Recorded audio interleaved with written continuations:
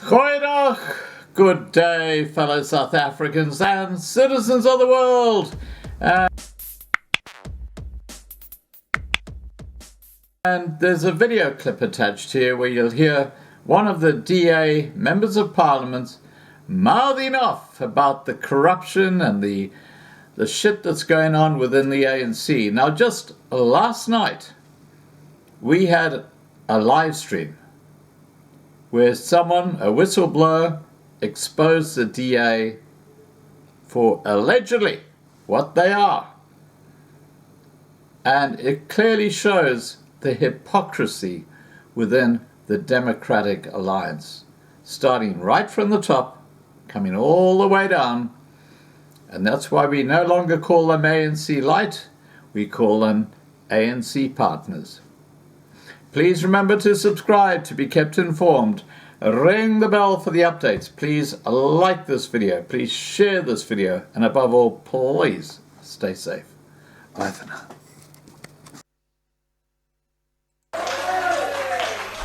Thank you. The next speaker is the Honorable Chief Whip of the Opposition, Honorable Mazone.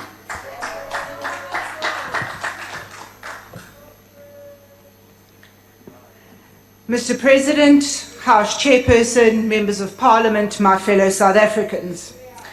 I am sure that you have all heard of Karen. She is the lady that always asks to speak to the manager. Well, Mr. President, I am Natasha and I am speaking to the manager. I like to think of myself as a positive person, always seeing the glass half full. Even during the lockdown period, when the glass was completely empty. But I now find myself finding it very difficult to feel positive about anything. I am bombarded by stories of death, corruption, poverty, deliberate racial baiting, and a failing economy, not to mention a barrage of constant lies. Yesterday, South African learners and teachers went back to school. Not a single one of them even had the faintest hope of protection from the COVID virus, never mind the variants, because not one of them had been vaccinated. What I find the most disturbing as I look around me is that there are only 50 members in this House, while the rest of the country is expected to go back to work and back to school. Parliament remains in isolation. This is wrong on every level. The Parliament of South Africa must be recalled in full, and only those in the high-risk category should join virtually. You see, this is what happens when a country enters into a state of disaster that it's not designed for. You land up with a Prime Minister and a President. And I think we must all be honest. Minister Dlamini Zuma always said that she would run the country, and now she in fact does. We are not even consulted as a Parliament. The Act is just extended at will.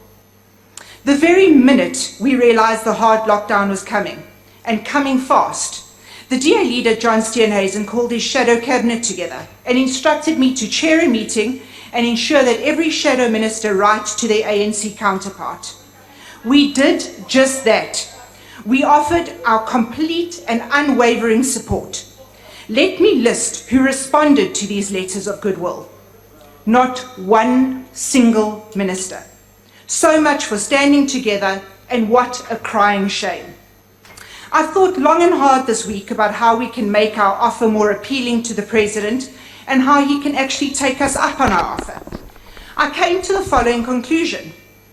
Those appointing these commissions that we constantly hear about have a conflict of interest, and that is why no one is ever arrested. Mr. President, this includes you too, sir. You were the head of the government business at the zenith of state capture. You were the head of the ANC's Cadre Deployment Committee, overseeing the appointments of people like Brian Molefe, Michelle Ekoko, Duru Mayeni, to name but a few. So what do we do now? We as the DA think that we shouldn't establish a National Anti-Corruption Council. We think that it's just more talk and even less action. So I say this to you, Mr. President. Tumamina. Send me. I will fight it again. Let the opposition sit on a committee that ensures that those responsible for corruption are brought to book. Show that you are the President of the Republic of South Africa and not the President of the ANC. We have given you too many chances, You have let us down too many times. We don't believe you anymore, and we simply cannot trust you anymore. Can we just take a moment to appreciate some of the bizarre things that we've seen in the last week? We now have the Nkandla Tea Party happening, where pay back the money has changed to please pass the scones and jam. We have a defunct, non-existent faux army structure who purchased their uniforms at a co-op, who are now threatening to protect Jacob Zuma if he's arrested. The Premier of the Eastern Cape sits here today instead of fixing hospitals where people are being gnawed at by rats, and where he bought scooters instead of oxygen tanks. How possibly dare they? But no one knows where the power starts and no one knows where the power ends. We have a wannabe Don running around in dark glasses, getting in and out of state vehicles, saying that the Constitution isn't sacrosanct. How absolutely dare him. Let's make one thing very clear. These are acts of treason. These are threats to the sovereignty of our country. But we have a president who has no power to act against these threats because he himself has no idea where the power lines start and where the power lines end. The most vulnerable of society were lining up, begging for their mere pittance to survive just a few weeks, when a very loud, cruel minister, while emulating the behavior of John Foster, was sitting inside an armored Nyala vehicle instructing police to open water cannons on them. How absolutely dare she? But nothing will be done to her, because once again, no one knows where the power starts and no one knows where the power ends.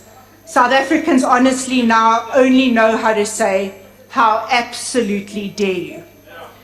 Ridiculous lockdown laws have decimated local businesses, destroyed the South African economy, and left us in mourning for lives and livelihoods.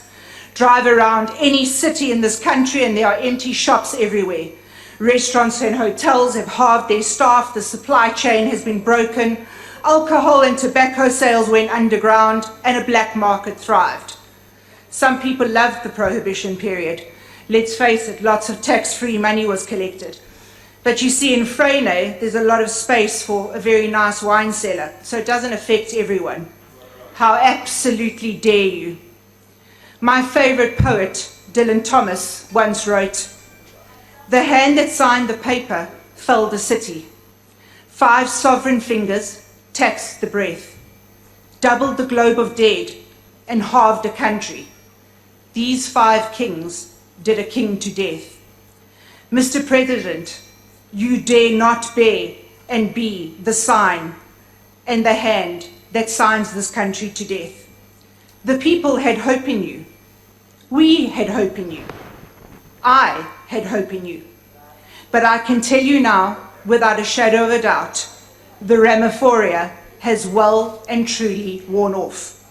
We now all know where the power starts and where the power stops. And we can guarantee you, Mr. President, it is not with you."